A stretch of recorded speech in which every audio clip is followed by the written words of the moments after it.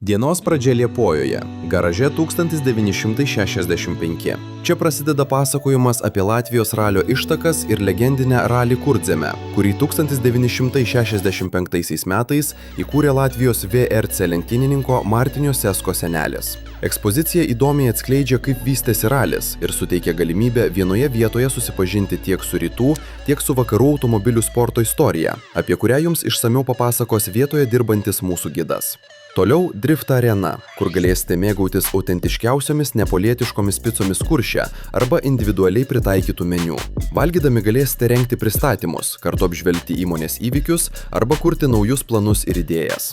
Atgavus jėgas, kiekvienas galės pajusti tikrą driftą jau per pirmasias 10 minučių trasoje su Wolf Trike ir mesti iššūkį kolegoms kovoje dėl geriausios slydimo šonų, nes pas mus drifto rezultatai skaičiuojami lyg Need for Speed vaizdo žaidime.